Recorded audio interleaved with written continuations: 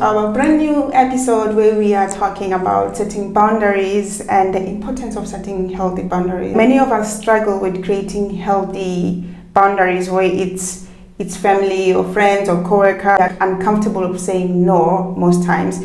And today in this episode, joining us is Regas, who is a boundaries coach, and she'll be telling us about the challenges of setting boundaries in our lives and why we struggle saying no. Hi, Kara. Welcome to our podcast. Thank you for having me. Thank you for coming. I think the first question I would like to know is, you're an expat, of course, but I wanted to know how you ended up in Prague. That's the opening question, yes, right? Of course. Yeah. I ended up here a bit by accident. I graduated college in 2008, and I knew that I wanted to live somewhere else for a little while. And I was looking at a few different places. I was looking at Barcelona, I was looking at Bangkok, and I was also looking at Prague, and I chose Prague. It was recommended to me by some friends who'd been here like on a study abroad, and in 2008 I just showed up. Seriously? I was 23 and kind of dumb. I don't know what I'm doing, I'm just here now kind of situations. I got my TEFL certificate and started teaching English, and like so many other people just didn't see a reason to leave. Have you been back to the US since you came here? Oh yeah, okay. Several times, and also my parents would come here and visit and that and kind do of you thing. plan to move somewhere else, be an expat somewhere else, or you rather go back home? At this point, neither. As you know, I've got a little kid here who's now in this Czech school system, and I wouldn't want to uproot her at this point, and I'm quite content. I don't know where I would go. I'm not going to go back to the States. That is so nice. Yeah. I love when people get to that point of contentment. It's better than being happy, because it means you are okay with where you are. And that's better than happiness, which lasts for a short while. Right. So I'm happy for you. And there are a lot of people, like expats, who kind of chase that high of the new place. Yeah. I know some people who like to move around, and I think you do reach a point where you've had enough. How did you get into being a boundaries coach? How did I get into it? Well, I worked with my own coach for a few years, since about 2017, and she's also a boundaries, people-pleasing, that sort of thing coach. And I sought her out at the end of my marriage. I was looking for support and found it in her, and learned about all my stuff, right? I figured out where I was setting boundaries. I figured out that boundaries were the answer, and also learned a lot about people-pleasing and how people-pleasing is basically feeding into not having boundaries. It was, for me, my exploration of how did I get here? Why am I constantly exhausted? Why can't I say no? And then I realized when I started coaching that a lot of people were also struggling with that. And I realized that, well, better to do what you know and what you've got experience in. That is so true. A lot of people are struggling with people pleasing and setting boundaries, and it affects your mental health and your well-being in general. And as you are speaking there, I'm like, you know what, I can relate to that. And that's why this topic has become one of mainstream, which is good in having people realize that setting boundaries is a good thing that you should do into your life. And I wanted to ask you about coaching, because you started saying you had a coach, and I went to this women empowerment event that was at Microsoft. They had all these amazing people, the CEO of Microsoft Czech and Slovakia, a woman, and I was so inspired. And all of the speakers that they had there, women in high positions, ambassadors, diplomats, businesswomen, entrepreneurs, and they kept saying, in your life you should have a coach or a mentor, one of the two. It resonated with me, because I was like, wow, so this coaching is not just people trying to make money off of people from the internet or something. A lot of people think that's like, why do you need a coach? People are just ripping you off. And I realized these are people in high positions who have succeeded in life, and they are still saying you need to have a coach in your life. So maybe can you elaborate on that for people who are in this position of like, these are just scammers? Absolutely, I can. And let me tell you, when I first was like thinking about getting a coach, I had that feeling about coaches at that time too. I was like, oh my God, am I gonna be one of those people who has a coach? What is this about? Basically, what is coaching? Coaching is similar to a modality like therapy or consulting. The main difference, let's say, between coaching and therapy is that coaching is always looking forward. It's not so much focused on the problem, it's focused on understanding who you are now and what those blocks are that are keeping you from moving forward. Even figuring out, what do you want to do? Who are you? Who do you want to be moving forward, right? It's sort of future oriented. And that's why a lot of people, in higher up positions in large organizations use coaches and recommend coaches, because coaching helps you with so much clarity. It's a wonderful opportunity to use your voice as a people pleaser or somebody who struggles with boundaries, to assert yourself, to understand who you are, to speak from an authentic place, instead of like a doubtful place or maybe a self-judgmental or critical place. There's lots of different coaches for lots of different things, right? Yeah. Mine is more of like an emotional, mental sort of sphere, but of course there's also people who focus on career change, which is also maybe a side coaching thing for me too, or business development. There's a coach for everything. Mm-hmm. But coaches are great because they give you accountability, not just to your plans, but also just to who you want it to be and what you're setting out to do, like how you want to show up in the world as a person. Thank you for clarifying that. I'm in the process of getting my own coach as well. There you go. So now let's get into the topic for today, which is boundaries. Mm-hmm. What are the common signs that you can see in your life which tell you, you know what, I need to set some boundaries in my life, or I need a boundaries coach? Mm-hmm. There are two main things. Mm-hmm. One is there's some anger or resentment coming out.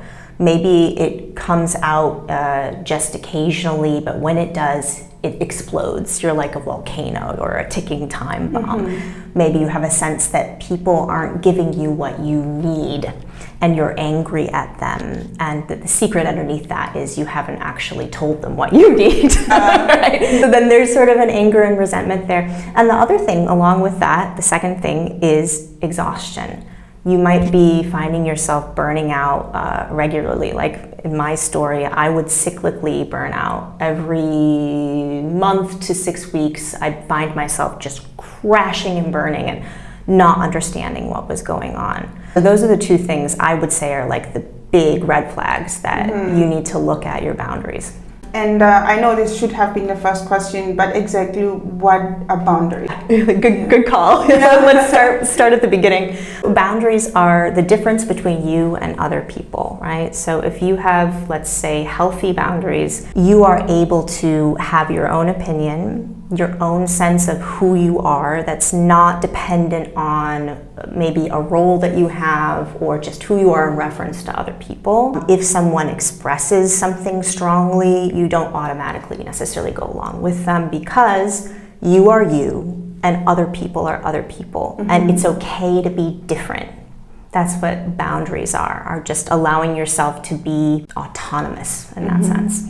I follow Mel Robbins. I don't know if you know her. Yeah, amazing woman. And she was talking about the topic of boundaries, where she was clarifying that boundaries are more about you than the other person. For example, if you have boundaries concerning topics that are a trigger for you, social topics, political, whatever. Let's say you go to your family for Thanksgiving and they start talking about politics or why they love Democrats or why they love Republicans, or about topics such as gender, LGBTQ, and people just say things that are not okay with you, and you have boundaries for that.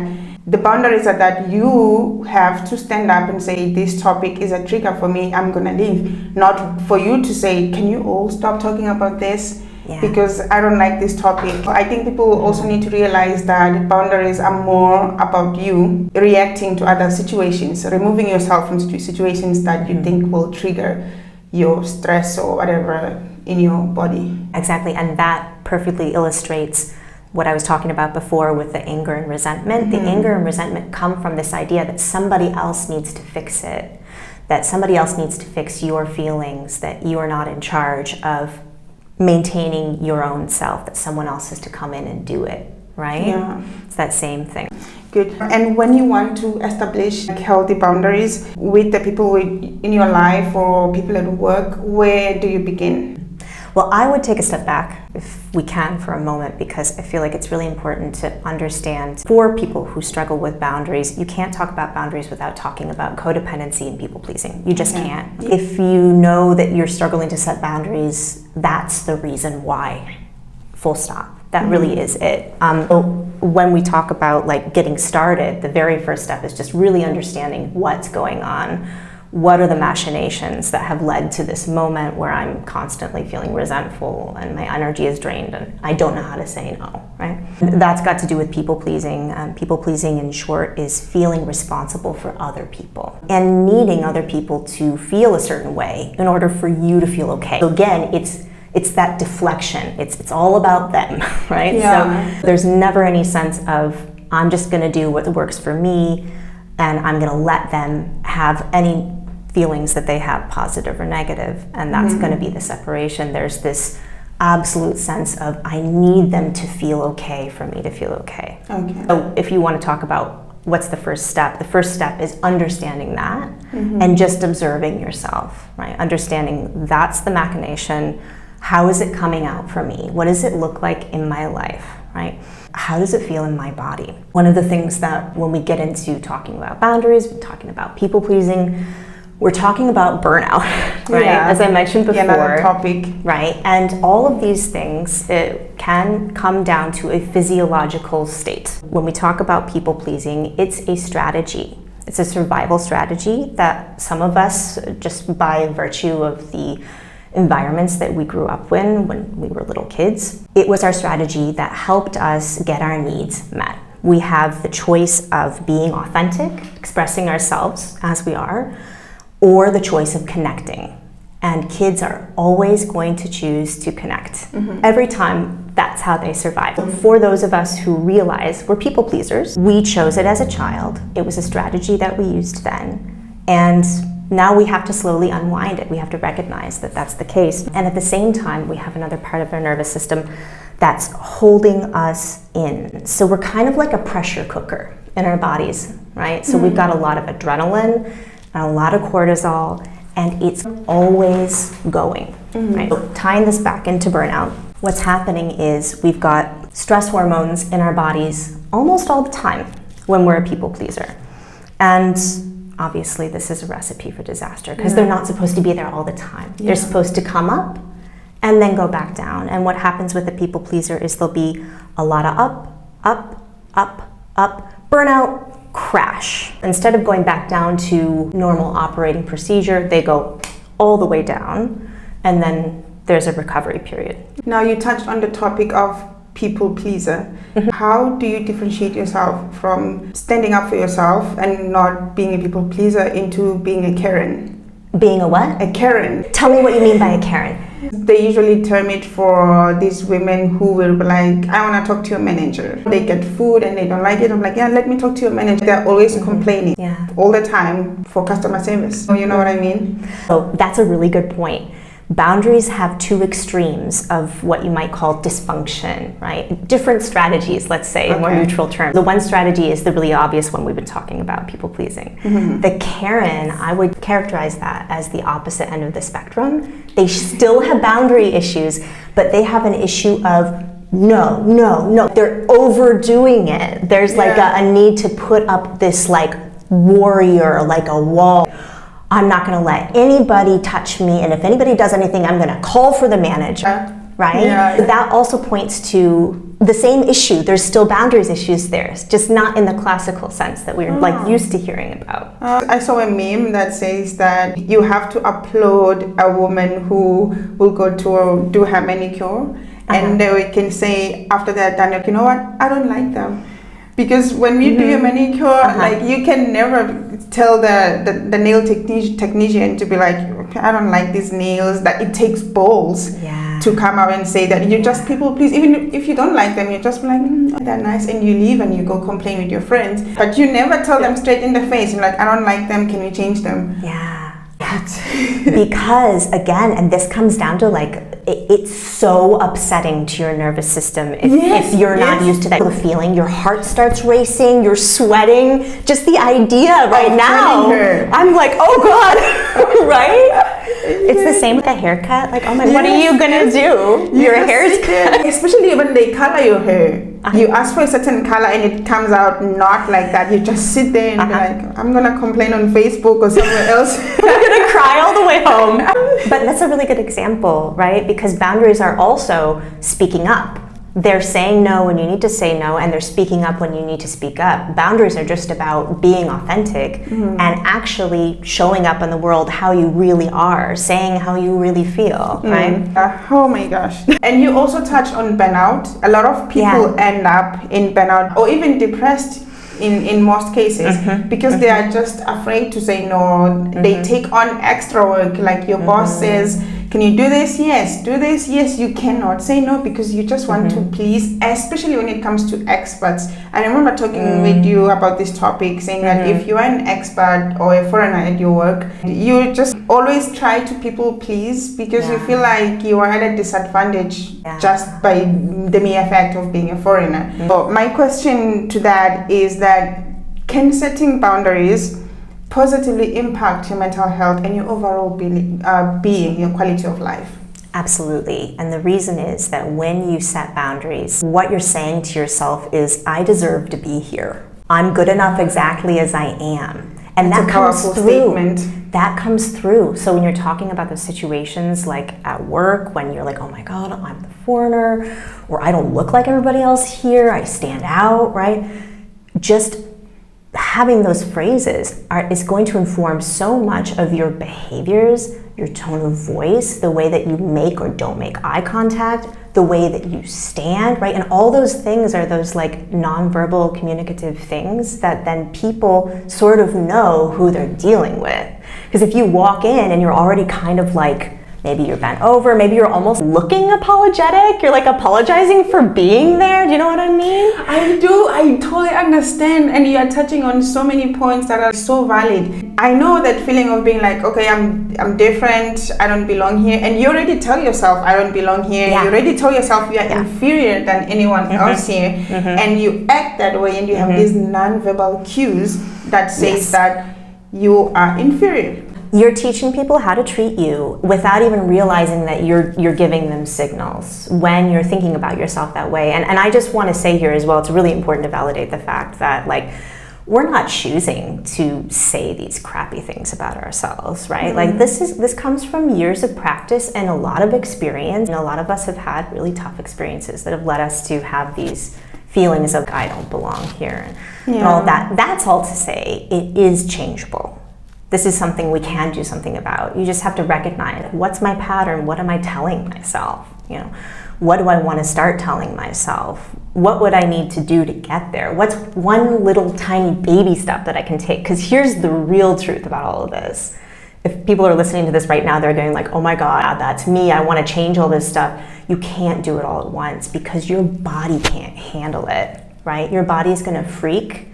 You're gonna feel like overwhelmed, you might shut down, you might need to go eat a bunch of food or watch a bunch of Netflix or stay inside the whole weekend or something to recover from trying to do too much too soon. It's a process of moving from that sense of I'm not good enough, everybody's better than me, to I belong here, I should be here, other people are going to appreciate me.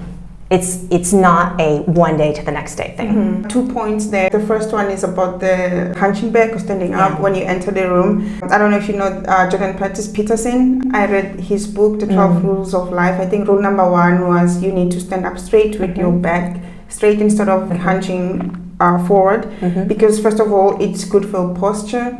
In general, it makes you look taller, it makes you look like you are in charge, you have things under control. Even if your life is falling apart, your posture makes it look better. And the second part is that it's not a physical thing, it's more like mentally. If you stand up straight, you are standing up to your problems. Whatever you're dealing with, you are telling them that I am stronger than you, I am standing up straight.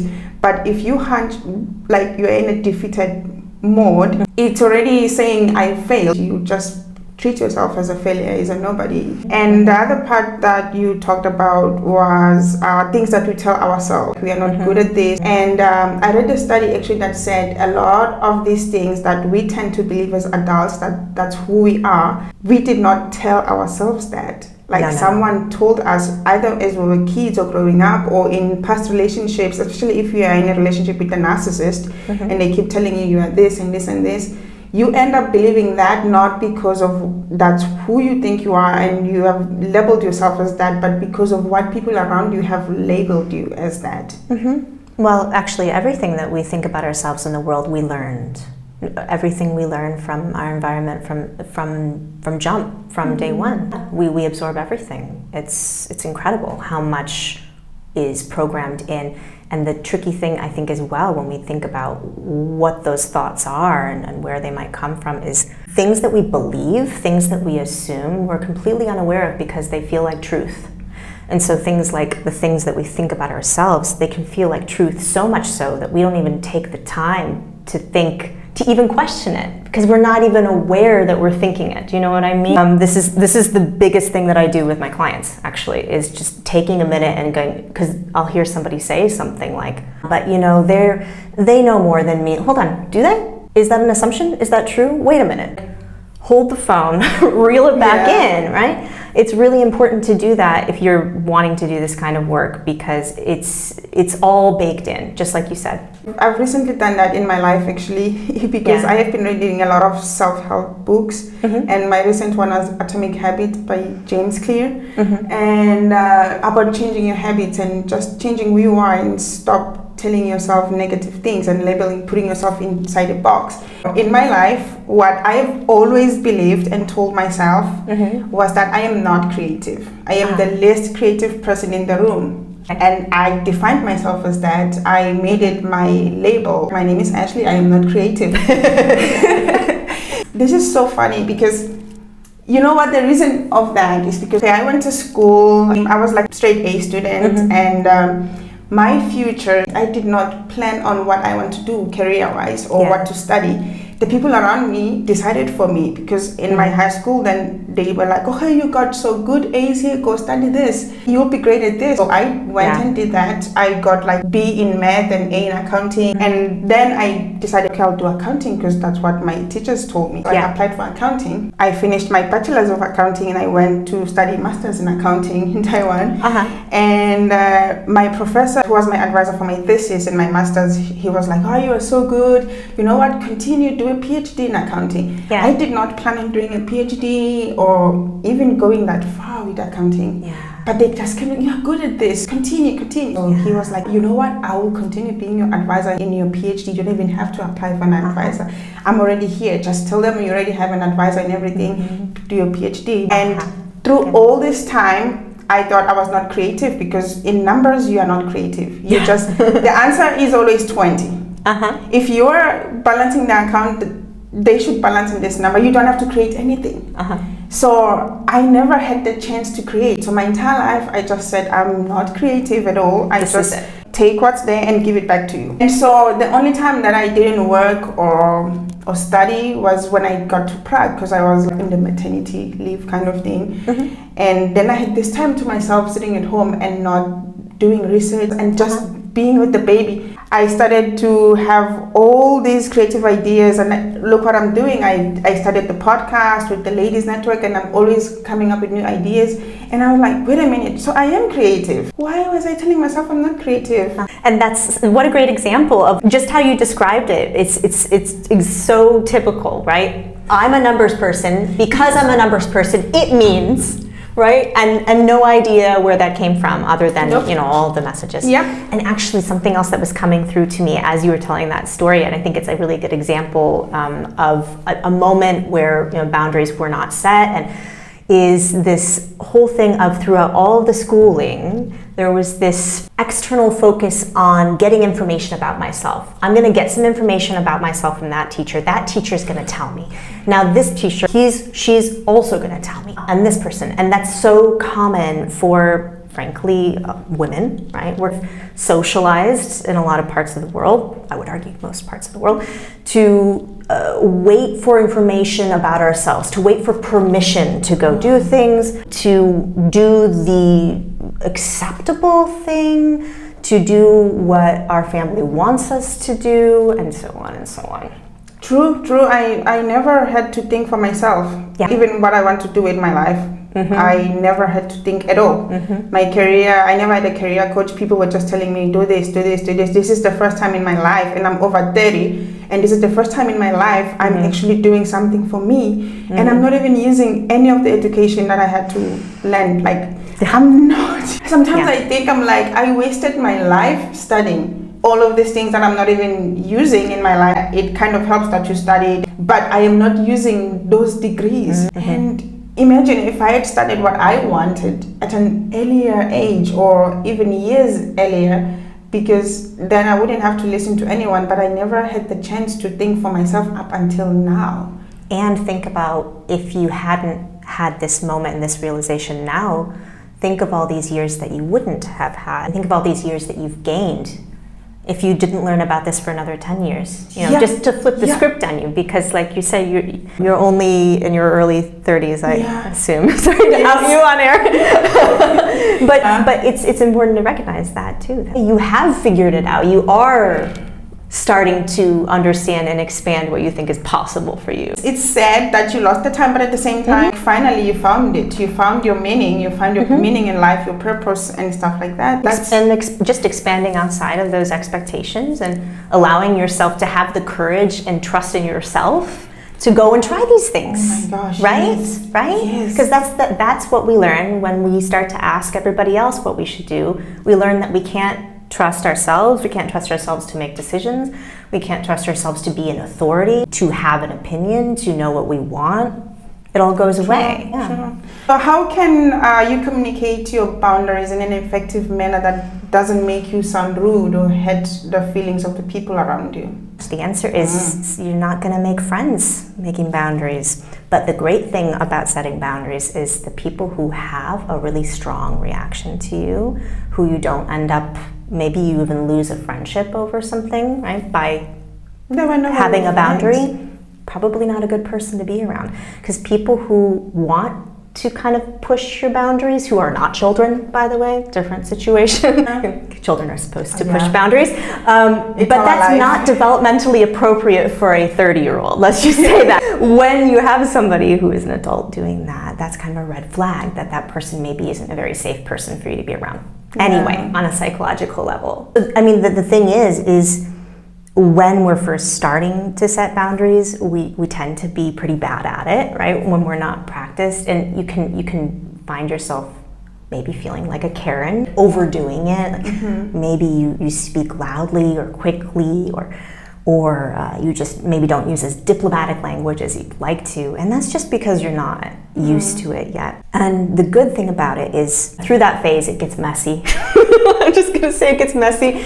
There might be some, time after that to decompress and think it through, and you try again. But I would say eventually, when you get more comfortable setting boundaries, you're also comfortable with people not liking you, or not being comfortable, or just not being as comfortable as you think that they should be, or annoyed at you, or frustrated with you, right? Because at that point, when you're comfortable with boundaries, you're not stuck in people pleasing anymore. You're okay with other people not thinking 100% perfect things about you all the time. I think, and also in retrospect, it kind of teaches you to accept people as who they are, because if they start setting boundaries for themselves, then you won't be this person who will be annoyed by people saying no when you say, oh, let's go out, let's do this, and they say, no, you know what, I don't want to do that. But you won't be in a position to pressure others, because you already know that I am in the process of setting boundaries, and that's how it goes. And it makes the whole world a better place for everyone. As I said from the beginning, boundaries are, I'm a person and you're a person, and we don't have to try to bend over backwards for each other. We're allowed to both be a little irritated with each other. That's okay. And nothing's going to happen, and it's a great relationship tester too. Those people who come back the next day and are still your friend are people who are healthy. They were never your friends if they are gonna leave you when you set your own boundaries. Exactly. To begin with. Exactly. Good riddance. Yes. It's a great way to weed it out a bit. And what should you do if someone doesn't respect your boundaries? What I would do is I would find a way to take time for myself. I would physically remove myself from the situation if I could. because probably if somebody's not respecting your boundaries, you're probably getting pretty activated in your nervous system physiologically, and it's going to affect the way that you're thinking, the way that you're feeling, and you're not really going to be able to process very much in real time. So that's like the first thing, is to just get some space from it, if that means going to the bathroom or if that means leaving the party or whatever, as much as you can. And then after that, you have to really think through, okay, am I willing to negotiate this or not? And it might be that you are, right? After you've calmed down, maybe it's the next day, you're going to take some time, you're going to think about it. Okay, if I move a little bit this way, what will it mean for me? What will I lose? If the answer is, I'm going to feel a little maybe too vulnerable, or I'm going to feel a little undignified, or I'm going to feel like I'm not acting in line with my values. Me, personally, those kinds of things are non-negotiables, and I wouldn't move those things, right? But if it's just about maybe there's an inconvenience that you're willing to move on this time, then maybe that's something that's a little less deep and affecting, and then there's a place to negotiate, right? Mm-hmm. So you have to ask yourself these kinds of questions. Is negotiation possible? If so, in what way? What would be the effect if I do move in this way or if I don't, right? How deeply is this going to affect me? And also just taking the time to think about, has this happened before, right? Thinking about the person and the relationship, is this a pattern? Has this person been pushing me before? What does that mean? What kind of relationship do I want to have with this person, right? This is what I mean by sitting by yourself with questions like these. Journaling is great, or typing, or whatever. Even I sometimes use my phone, my voice recorder, to talk things out. I'll go on a walk and talk things out just to get it out of my head. And then you'll be able to return to the situation with either a new suggestion or with a reinforced boundary. And then that person has to do with it what they will. I like the part where you say you have to ask yourself these kind of questions, because I've been applying that also recently in my life. I'm doing a lot of changes. This is what I ask myself most times when it comes to relationships and boundaries, and I ask myself, if this person would stop talking to me or being a friend or whatever, even if it's not a friend, if they stop talking to me or messaging me or being in my life, what would I lose exactly? Would my life change that drastic? Do I really need them? Or I can just say no, and then if they decide they don't want to be in my life, they leave, my life will be exactly the same. No changes, doesn't change the price of bread, doesn't change the price of gas. Life continues normally. And if it's like that, then I just say no. And if I feel like it's going to affect my relationship and whatnot, that's when your point of saying you're willing to negotiate and see if the person or something like that.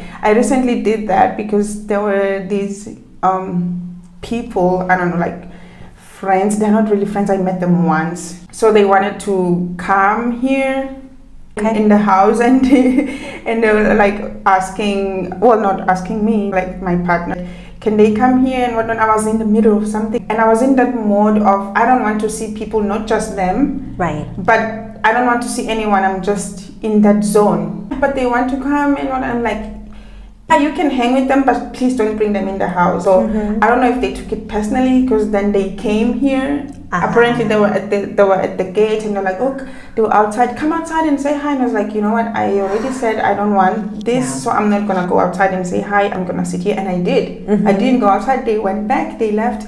And then I was thinking, you know what, they probably took it personally. We came to your house, you didn't even come out to say hi. But then I asked myself, what am I losing? I didn't even know these people. I've met them once in my life. Like, exactly. Okay, bye. Exactly. And the other thing I like about this example is there's this idea sometimes we have when we're talking about boundaries where it's like, well, I shouldn't need this. Because what boundaries are needs. Boundaries are us acting on our needs. And I think what's so tricky for those of us who are struggling with this is there's this sense of, but I shouldn't need that, but I should be okay with that, but it shouldn't matter in this situation. Oh, it shouldn't matter. I should just let them in. It's not it doesn't seem like a big deal. They're already here. Exactly. But first of all, like, well done. Congratulations. Thank you. Like, really. No. And what a great example of that too. It didn't even come out.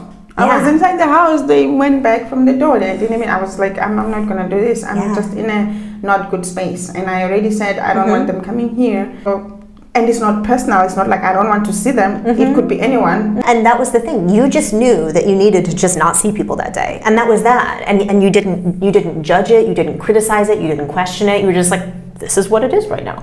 I don't know why, but this is what it is. I don't need to overthink this. I don't need to try to talk myself out of having this need. I'm just gonna let it be what it is. So sometimes you have to ask, is it worth it? Is it worth it? How do you maintain boundaries with people who are close to you, like family, and make them understand?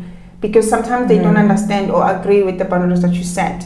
How do you make them get to a point where they understand your boundaries? I don't think that you always can. I would say, That's a good answer. especially with the older generation, when we're talking about parents and grandparents and aunts and uncles, I would say more often than not, they're not going to understand. This is work that we're doing, that our generation is doing now. It's a new thing. Exactly. They don't have a point of reference. They're working from a completely different, let's say, construct, right, framework as far as how things work and how people are supposed to be and how the different generations are supposed to act. And I'm sure that words like respect get thrown around a lot, right? And that's the thing. I think that you just have to remind yourself in your mind, look, we are working from two completely different scripts right now. I'm playing a tune that they don't even know the instrument exists, right? Let alone the tune. Shifting metaphors here, it doesn't really matter. But the point is I think that it's best to just accept that they're not gonna get it, right? And maybe when you can, you remind them that you love them and respect them. And you show them in other ways, but this is the way that you have to love and respect yourself. And the really tricky thing about this, with parents in particular, like I was talking about earlier, when we talk about the making of a people pleaser, that came from them, right? True. And I'm not saying that to make them out to be the bad guys, because they're not, because they've got their stuff and so on and so on. This is generational trauma. This is how it works, right? But oh my goodness, are our parents triggering for us when we are people pleasers and we're trying to set boundaries with those people who are really used to us bending over backwards for them all the time. Right? We're Johnny on the spot. We're a saint. We're great. We do everything for everyone. We're so giving and selfless, right? When we stop playing that role for them, those people are probably the ones who are going to get pushed back the hardest from. I understand that they're the hardest people to work with, but this is where a support team comes in handy. This is where you need a therapist. This is where you might need a coach. Some of this work is therapy work, honestly, what I'm talking about right now, right? It goes more into that realm. But I would just say stand strong, show them that you love and care for them in other ways, right? Remind them it's okay that they don't understand. You might need to have a decompression day after meeting one of them and maybe having some kind of conflict about one of your boundaries, but yeah, that's what I would say. I have so much respect for our generation, honestly, because even though there was this generational trauma that came from our parents, which came from their parents, this generation is the one generation that said, you know what, it stops here, it ends with us. It's not gonna go into our children. We played outside, and yet we still understand the internet and the new things that come with it. And we are not like our parents. Who is this? How do I operate this?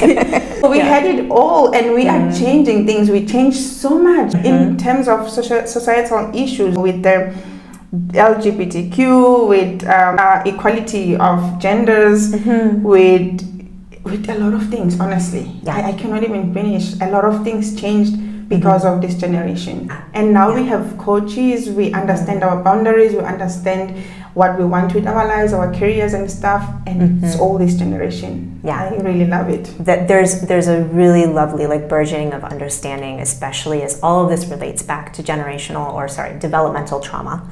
All of this, in my opinion, I'm of this school of thought that this is all developmental trauma, all of these things. We're not there yet. We're not there yet. We are doing a great job. We're not solving it all in this generation. I wouldn't say that that's, from my perspective, the way that it's going, but we're definitely taking some leaps. We'll see where our kids are in 20 years, and then we'll know. We'll see, because our parents, no, they don't understand anything. This is how it was done. This is how we used to do it forever and ever, and the women had to stay and listen to the husband. We never divorced, because women used to take all the crap and they never had to stand up for themselves. I really feel like our time is coming though. I do feel like it is. And is it possible to have too many boundaries? How can you realize that you are having too many boundaries, or even if you're having less? Well, the too many boundaries, we were talking about that spectrum, right? That's the Karen. Yeah. If you start to feel, and this is one thing that I think that can happen when you realize that you don't have enough,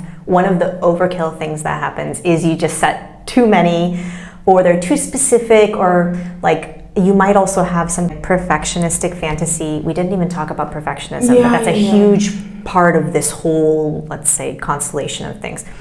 But you might even like start, hey, I want to set this boundary and this boundary and this boundary, and you have like this whole idea, and you just can't keep up because you're pushing yourself to go too quickly. It's not reasonable for you or for the people around you to try to go like all of a sudden. But you'll know because you'll find yourself feeling like you're failing, or feeling like you're constantly freaked out, like again, your heart is pounding or you're burning out because you're just not able to contain all of that. That's a lot to do, right? You'll know it because your life will get really difficult for you and all the people around you. You have to give yourself time to adjust and other people to adjust, but that's what I would say, like, if you know how you know you're going overboard. Well, this was a great talk. Are we leaving anything out we can add? Nothing off the top of my mind right now. Thank you so much for coming and for touching on this topic. I hope it resonates with a lot of people, especially when it comes to people ending up in burnout, which